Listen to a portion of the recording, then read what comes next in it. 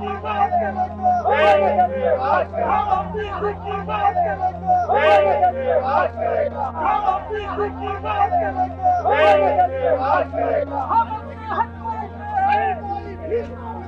अपना हक मांगते हैं, यही कोई भिख मांगते हैं।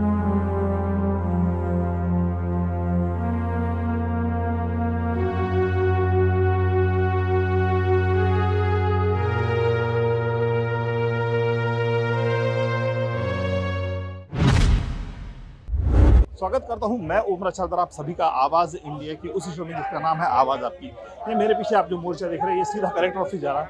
हम लोग भी इनके साथ में कलेक्टर ऑफिस जा रहे हैं, जानने की कोशिश करते हैं कि इन मांगों को लेकर। जैसे कि मराठाओं का कहना यह है कि उन्हें आरक्षण मिलना चाहिए, लेकिन कुंभ समाज उनके कहीं कोई विरोध नहीं है। आइए जानने की कोशिश करते हैं उनकी मांगों को लेकर।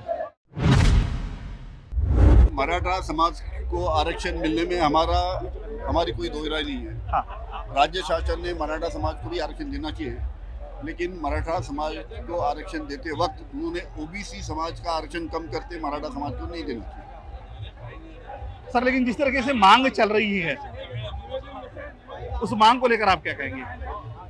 मराठा समाज को भी न्याय मिलना चाहिए और ओबीसी समाज को भी न्याय मिलना चाहिए, और ये राज्य शासन की जिम्मेवारी है, और राज्य शासन ने जिम्मेवारी उन्होंने सही तरीके से पूरी करना चाहिए। निश्चित तौर पे ओबीसी समाज ने अपनी ताकत आज दिखा दी है। लाखों के संख्या में ओबीसी समाज आज सहभागी हुआ। निश्चित तौर पे हमें यकीन है कि अन्याय सरकार कोई भी पैमाने पे ओबीसी पे होने नहीं देगी। सर कहीं तो मराठाओं के साथ ओबीसी कुंभी समाज का रोटी बेटी का भी व्यवहार है, फिर आरक्षण में ये बात क्यों आ रही है? कि देखिए, सुप्रीम कोर्ट ने कहा है कि मराठा समाज ये मागास नहीं है। सामाजिक दृष्टिया, शैक्षणिक दृष्टिया मराठा समाज ये मागास न होने की वजह से, बैकवर्ड न होने की वजह से ओबीसी में उनका अंतर्भाव करना टेक्निकली, लीगली, कॉन्स्टिट्यूशनली पॉसिबल नहीं है। मराठा समाज को भी आरक्षण मिलना चाहिए। निश्चित तौर पे वो इकोनॉमिकली वीकर सेक्शन में मांग करे, ओबीसी कोटा से नहीं। नागपूर जिल्ह्यातीलच नव्हे तर महाराष्ट्रातील सर्व जिल्ह्यामध्ये सर्व पक्षीय आणि ओबीसी समाजामध्ये येणाऱ्या 400 जातीतले प्रतिनिधी मिळून महाराष्ट्रामध्ये असे एल्गार मोर्चे काढून राहिलेले आज आपण या ठिकाणी बघितलं की अशा प्रकारचा मोर्चा नागपूर शहरात कधी झालेला नाही।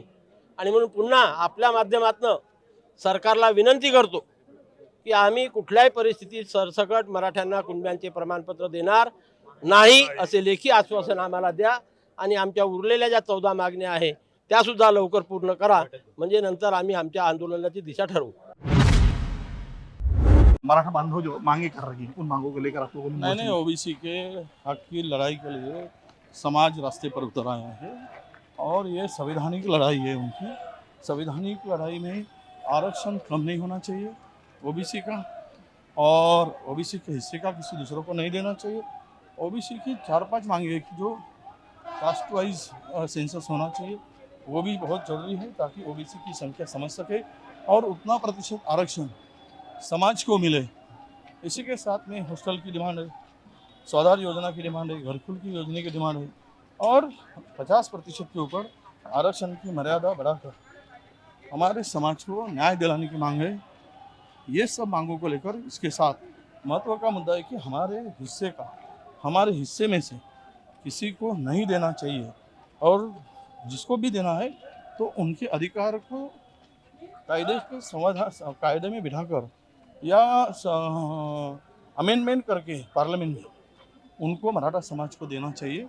यह मांग उन लोगों ने, हमारे समाज ने किया है। उनको समर्थन देने के लिए, उनको पाठिंबा देने के लिए मैं आया। सर 50% से बढ़ा करके संभव 50% से बढ़ाई जा संभव सकती है, अमेंडमेंट होती है तो क्यों संभव नहीं है? अगर सरकार अमेंडमेंट करती है तो ये 100% संभव है। सरकार ने इसमें ध्यान देना चाहिए। पिछले 10 साल से सरकार का जो रवैया है उस रवैये को देख के क्या आपको लगता है कि सरकार इस पक्ष में कुछ निर्णय ले पाएगी?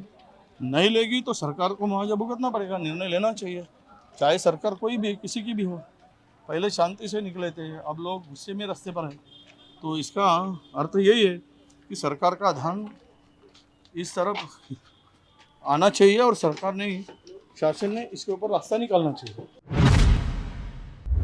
भारतामधला सगळ्यात मोठा मुद्दा, आणि सगळ्या भारतामध्ये, महाराष्ट्रात नव्हे तर सर्व इंडियामध्ये, सर्व भारताच्या ओबीसी जे समाज आहे सगळ्या भारतामध्ये कमीत कमी 4000 जाती आहे आणि महाराष्ट्रामध्ये 400 जाती आहे, त्या सर्वांना ओबीसी मध्ये समावेश आहे, परंतु 60% वर हा समाज आहे आणि याची जनगणना सरकार करत नाही. जोपर्यंत जनगणना करत नाही तोपर्यंत 60% पर्यंत आरक्षण मिळत नाही. नुसतं भोपणबाजी करून चालणार नाही किंवा घोषणा करून चालणार नाही. अपन मराठा के विरोधात, आप लोगों ने मराठाओं के खिलाफ ये आंदोलन निकाला है कि मराठाओं को ओबीसी के राइट्स नहीं देने चाहिए. आप लोग जाति न्याय जनगणना के लिए मोर्चा क्यों नहीं निकालते हैं? ये वही है, जनगणना तो होनी चाहिए और मराठा के खिलाफ नहीं, मराठों के साथ में है. लेकिन आप कह रहे हैं कि ओबीसी का हक मराठाओं को नहीं देना चाहिए. नहीं देना चाहिए, लेकिन आरक्षण बढ़ा के देना चाहिए. केंद्र में होता है, इसलिए महाराष्ट्र में नहीं होता है. इसके पहले फडणवीस सरकार ने भी कई वादे किए थे मराठाओं को आरक्षण देने के, लेकिन वो पूरे नहीं वो हुए. तो गुब्बारा था सर, वो सिर्फ इलेक्शन गुब्बारा था, वो फूट गया. ओबीसी के मांग को लेकर, उनकी डिमांड्स को लेकर पूरे महाराष्ट्र में इसी प्रकार से आंदोलन शुरू है और सर्वपक्षीय आंदोलन है. ओबीसी की जितनी भी मांगियां हैं वो जब तक पूरी नहीं होगी तब तक ये आंदोलन ये जारी रहेगा और कांग्रेस पार्टी का इसको पाठिंबा है.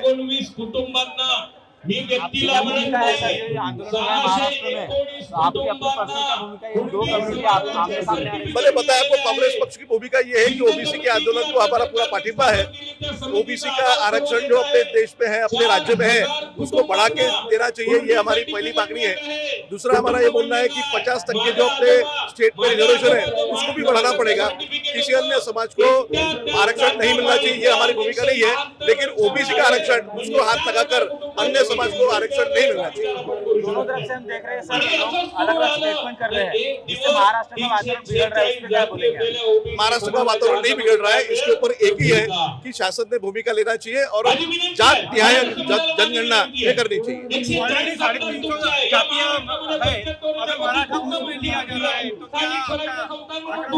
इसलिए तो हमारा बोलना है ना कि जात न्याय जनगणना जब होगी तो जिसका जितना हिस्सा है उसकी भागीदारी रहेगी, उसके आधार पर आरक्षण होगा. इसलिए जात न्याय जनगणना यही सबसे महत्वपूर्ण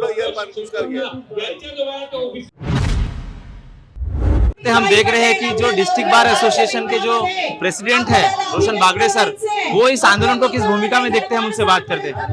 हाँ सर, हम देखते हैं कि ये आंदोलन हो रहा है, इसके पीछे आप क्या यानी राय रखेंगे और क्या एक सरकार को मैसेज देंगे? सर, ये आंदोलन जो है, जरांगे पाटिल साहब ने जो मराठा के लिए आंदोलन किया है, ये बात तो थी नहीं, क्योंकि ओबीसी समाज के जो लोग हैं उनको जो आरक्षण मिलना चाहिए था वो उनको तो मिलना चाहिए. और मराठा समाज को भी उसमें इंक्लूड करना बोले तो बहुत बड़ी बात है, क्योंकि हमारे देश का सबसे बड़ा प्रॉब्लम ये है कि हम ओबीसी बहुजन समाज, हमारा 70% बहुजन समाज है, तो कुछ मुड़वर लोग जो है 10% लोग पूरे देश के ऊपर में राज कर रहे हैं.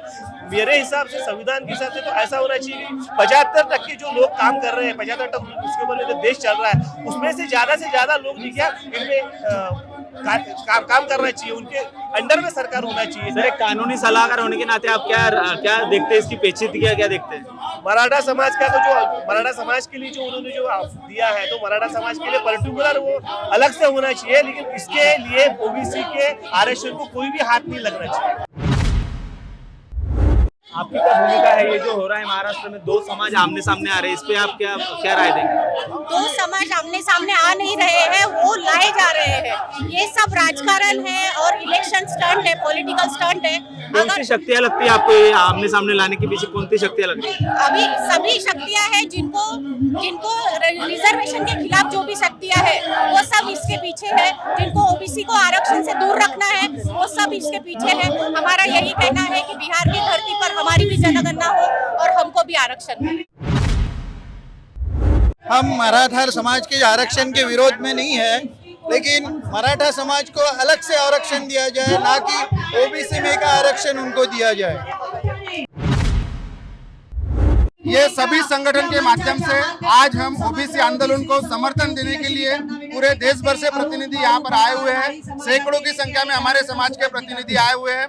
ओबीसी की हमारी एक ही मांग है कि आज ओबीसी आरक्षण में जो अन्य जातियों को सम्मिलित किया जा रहा है, जैसे कि अभी जरांगे पाटिल का आरक्षण उपोषण समाप्त किया गया महाराष्ट्र सरकार की तरफ से, और ये पता चला है कि उनको शायद ओबीसी कोटे से कुनबी का सर्टिफिकेट दे करके उनको ओबीसी कोटे का आरक्षण देने की कोशिश महाराष्ट्र सरकार की हो रही है। इसके पीछे कोई षड्यंत्र लग रहा है आपको कि? बिल्कुल 100% ओबीसी के खिलाफ ये षड्यंत्र लग रहा है सरकार का, और हम हमारे हक की लड़ाई लड़ने के लिए आज ओबीसी की 350 जातियों के प्रतिनिधि यहाँ पर एकत्रित हुए हैं। और सरकार ने अगर हमारे ओबीसी आरक्षण का 1% भी आरक्षण अगर इधर उधर किया तो ये ओबीसी समाज रास्ते पे पूरे देश भर में खड़ा होगा और अपने हक की लड़ाई लड़ेगा। आज 57% ओबीसी है, पर कहीं ना कहीं जब भी कहीं आरक्षण की मांग होती है तो ओबीसी के कोटे का ही आरक्षण चुनकर आरक्षण दिया जाता है। जिस तरह के जरंगे पाटिल ने एक मराठा समाज है, लेकिन आज उनको कुनबी मराठे का सर्टिफिकेट देके कहीं ना कहीं ओबीसी के कोटे का आरक्षण छीन कर उनको न्याय देने की प्रक्रिया महाराष्ट्र की सरकार करना चाहती है। इसीलिए हम ओबीसी एक होकर यहाँ उनकी निंदा करते हैं और हम समर्थन करते हैं अपने ओबीसी भाइयों बंधुओं को, सभी जातियों को, कि हम अपना आरक्षण किसी को छीनने नहीं देंगे। हम निरंतर आंदोलन को कवर कर रहे हैं, हम लोगों से जान रहे हैं, पूरा ओबीसी समाज एक हो रहा है।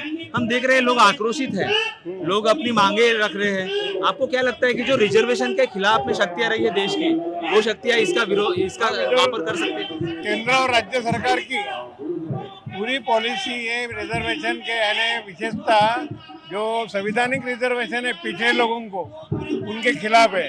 उनका इरादा ये है कि अगर ये रिजर्वेशन, ये आरक्षण जो है अगर इन लोगों को दिया जाए तो किसी न किसी स्वरूप में प्रशासन, संविधान, संसद जितने भी पिलर है संविधान के उसमें जाएंगे और वो जाने की वजह से कुछ ये जागरूक लोग ज़्यादा होंगे और वो इस वजह से उनका कुछ ना धीरे धीरे एंट्री हो जाएंगी। वो एंट्री नहीं होना चाहिए, इसलिए संविधान के आरक्षण जो है उसके ऊपर रिस्ट्रिक्ट कर रहे हैं। वे करते टाइम में उन्होंने खबरदारी ली कि अगर ये लोग ऐसे नहीं जाते तो नौकर भर्ती नहीं करने का, खासगीकरण करने का और डायरेक्ट भर्ती करने का। जो मंडल आयोग के रिपोर्ट में 3746 जाति का नाम है और वो बाद में भी बढ़ी है, एनटी की भी जातियाँ बढ़ी है, उन सबका समावेश इसमें ओबीसी। और पूरे देश में अगर लोकसंख्या के अनुपात में देना जाए तो कम से कम ये 65% के ऊपर है। यानी इस तरह से जो सत्ताधारी है वो इस देश के 65% लोगों को उनके अधिकार से वंचित रखने का साजिश रच रहे। अब ये षड्यंत्र के पीछे कौन सी शक्तियां हैं? जो ये षड्यंत्र जो है इसके पीछे कौन सी शक्तियां लगती है आपको?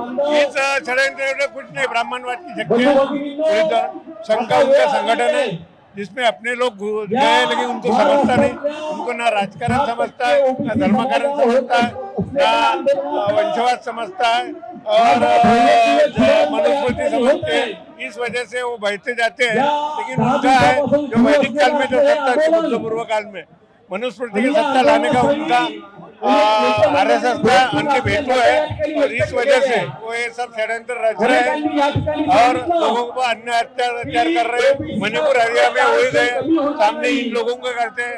आज वो दंगे करने के लिए सामने आए वो ओबीसी लोगों के घटक है, सबसे बड़ी शर्मपूर्ण बात है। यानी जो भी लोग मणिपुर में उठ रहे हैं वहाँ के आदिवासियों पर जो अन्य अत्याचार के उसमें अत्याचार करने वाले भी ओबीसी निकले।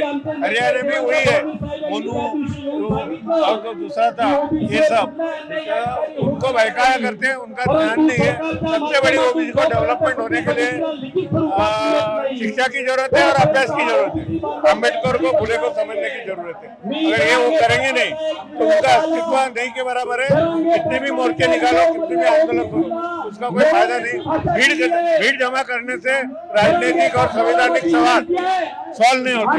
इसके लिए एक संगठन बनाना पड़ता है शांतिपूर्ण होकर। आज कुणबी समाज का यह आंदोलन चालू है।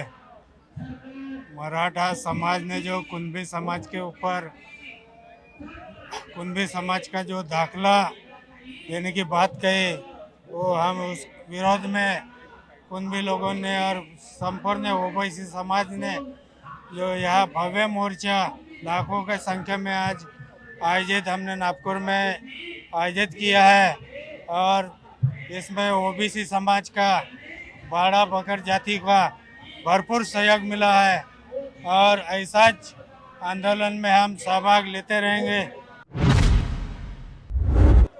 समाज आणि ओबीसी समाज हा प्रामुख्याने शेतीवर अवलंबून समाज आहे आणि शेतीचे हाल तुम्हाला माहित आहे. पूर्ण शेती ही निसर्गावर अवलंबून असते. कधी पाऊस आला तर त्याचं पीक खराब होतं, कधी कोरडा दुष्काळ आला त्याचं पीक खराब होतं. पण अशा याच्यातूनही सगळे हाल अपयश सहन करून हा शेतकरी जगाला पोहोचतो. तर कालांतराने जमिनीच्या हिस्से वाटणीमुळे, विभक्त कुटुंबामुळे, भाऊबंदिकीमुळे 100 एकराचा जो कास्तकार आहे तो 5 एकरावर आला आणि त्याचे खऱ्या अर्थाने त्याच्या मागासलेपणाला सुरुवात झाली.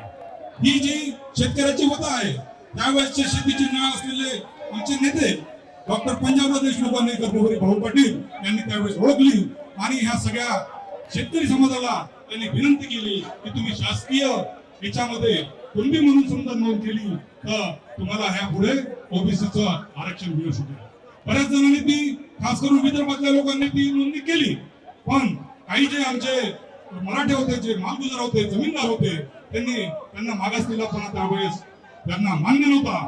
पण कालांतराने वेगवेगळ्या शेतीच्या वाटण्यामुळे 100 एकराची जमीन 5 एकर 2 एकर आल्यामुळे तो शेतकरी मराठा समाजाचा असो, कुणबी समाज असो, कोणत्या ओबीसी समाज असो, त्याच्यावर फार हालअपेष्टा आल्या आणि आज त्याचंच कारण मराठा समाजाला आरक्षणाची वेळ. मित्रांनो, मराठा समाज ज्यावेळेस या विदर्भामध्ये 2-3 वर्षापूर्वी त्यांचं आंदोलन झालं ना, प्रामुख्यानं या विदर्भामध्ये मराठा समाजाला कोणी साथ दिली, त्या कुणबी समाजाने दिली. हजारो संख्येनं त्यावेळेस आमच्यासारखे पण काही कुणबी समाजाचे त्यावेळेस उपस्थित होते आणि जवळपास हजारोचा मोर्चा आम्ही यशस्वी उभा केला. मित्रांनो, मी तुम्हाला सांगू शकतो, जरांगे पाटलाचं आमच्या पुरुषोत्तम शहाणे पाटलाचं काही वैर नाही, काही मतभेद नाही, काही मनभेद नाही. कोणी त्याचा प्रयत्न करत आहे ते पण आम्हाला मान्य नाही. पण जरांगे पाटील ज्यावेळेस त्यांचं उपोषण झालं, ज्यावेळेस त्यांच्या लाठीमार झाला आणि ज्यावेळेस ते उपोषण त्यांचा दाबण्याचा प्रयत्न केला, त्यानंतर दाबण्याचा प्रयत्न केल्यानंतर त्यांचं उपोषण सोडवल्यानंतर त्या संदिग्ध परिषदेमध्ये सरकार वागला. त्यामुळे हा संपूर्ण कुणबी समाज, ओबीसी समाज हा जागा झाला, जागृत झाला. खास तौर पर ये कहा गया है कि किसी भी हालत में मराठाओं को ओबीसी में सम्मिलित नहीं किया जाएगा. ये तो निर्णय कुणबी लोगों ने ले लिया, ओबीसी लोगों ने लिया, ओबीसी बांधवों ने ले लिया है. लेकिन क्या वाकई में इनके पक्ष में निर्णय होगा? अभी जैसा कि बबनराव तावड़ा जी का कहना ये था कि 2 दिन हम लोग और इंतजार करेंगे, 2 दिन तक इसी तरह से श्रृंखला में उपोषण चलता रहेगा. लेकिन 2 दिन बाद अगर सरकार के पक्ष से, सरकार की तरफ से कुछ खास निर्णय आता नहीं है तो यहाँ पर आमरण अनशन की भी तैयारी इन लोगों ने दिखाई है. क्या वाकई में सरकार इनके फेवर में, इनके पक्ष में कुछ निर्णय लेगी क्या? बहुत बड़ा सवाल. इसी सवाल के साथ दोस्तों रुकते ही हैं, मिलते अगले एपिसोड में जुड़ रही आवाज़ इंडिया के साथ और देखते रहिए आवाज़ इंडिया टीवी.